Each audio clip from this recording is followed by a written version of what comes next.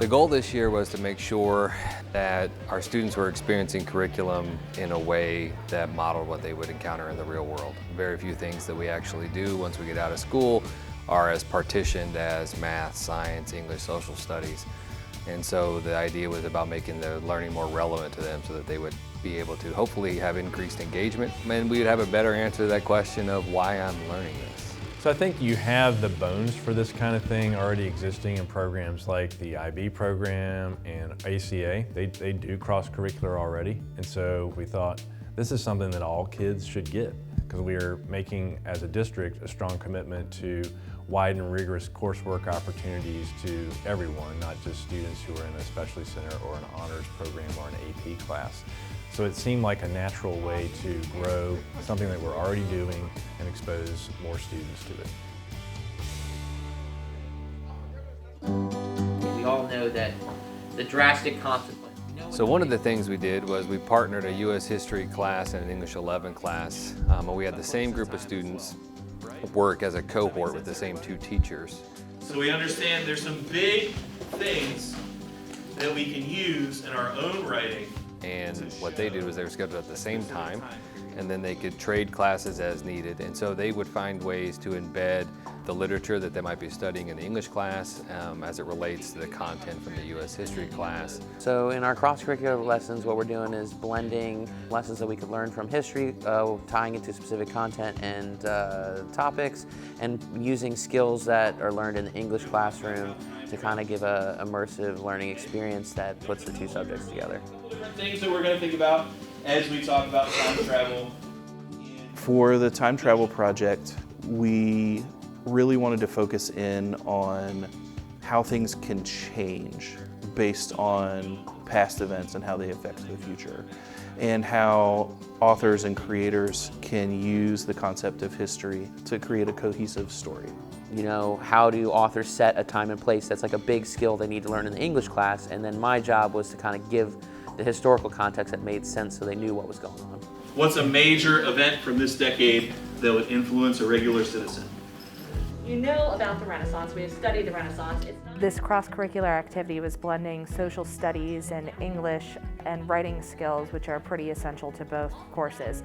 Many freshmen end up struggling with writing, especially as they move into advanced courses, and especially next year with AP Euro. And so he and I created a multi-day lesson on extrapolating information from primary sources, how to use that information in answering DBQs, which are document-based questions. So we were working with some historical documents, and we were having the students summarize, sort of pull out main ideas, rhetorical techniques that were used, and then obviously applying the meaning of what the historical significance of these documents was. Okay. So you can sort of combine both analyses. Being able to read and write are pretty essential skills, I would think, across all curriculum. And so combining that as well as being able to write a research paper or a thesis is essential to both of our skill sets. And so creating a lesson around that was pretty easy. I feel like you just outlined your few body paragraphs. Yeah, good job. Instead of like get up and go. So this year, for the first time since I've worked at Tucker, we have a woodshop teacher. And he is fantastic, super easy to work with. When I found out that he was on staff, I immediately walked over to his office because I thought, hey, we should be friends. And it turned out that that was a really great move. I built all of her sets for this past year with my students, in a collaboration between her classes and my classes, where I trained my students to use the tools faster so they could help build a set, and then I trained some of her students to use the tools also that I have in the woodshop so that we can get the set built. It's a hard knock life for us. It's a hard knock life for us. We worked pretty closely together on designing a simple set for our musical, and then I came up with a crazy idea for our play set that he was able to take my design and make it into something that actually worked. So that was fantastic. I had to build this giant boom lift to lift an 8-foot clock into the air so that you could see it from 50 feet away.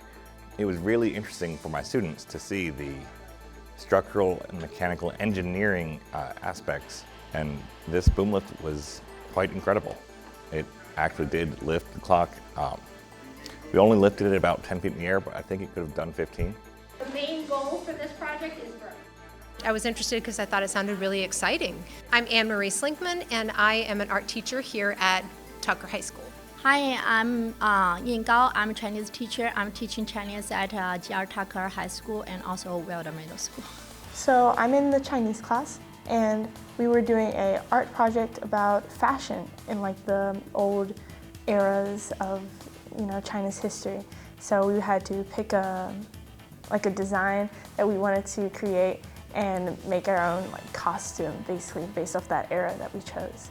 We each developed a unit plan based around fashion design, and we consulted with one another and kind of supported one another to create unique units that had the same core focus. The art opened the doors for my students to a higher level of analysis and challenge them to look around and to see the surroundings.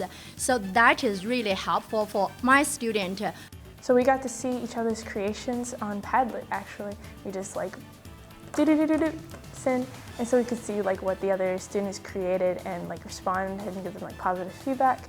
It was eye-opening, to see how their take on the art, especially since our class, we don't know what we're doing, especially when it comes to art. It was amazing to have such an expert and a resource to help me understand Chinese culture and allow me to bring it to my students in a way that was authentic and well-researched, and I knew I could rely on your expertise to help guide me through if I had any concerns. Also helps you communicate and provide feedback and support for each other.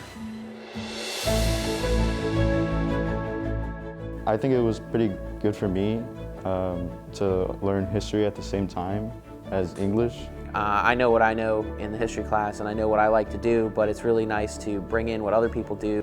Our best resources on campus are each other. We were able to do a lot of woodworking and really get full-on hands-on experience with building the set for our play. I think you build more community within the building. I also think kids react differently to different, personalities and different energies in the classrooms. Being able to work with somebody outside of my department was definitely beneficial. It's novel, it's new for the kids, so I think that adds sort of an extra. We were able to collaborate with the other class nicely, and our teachers worked really well together. It doesn't have to be a physical manifestation such as a project or something of that nature. It could just be a conversation that may lead to something even bigger. So it was a win for on a lot of different areas.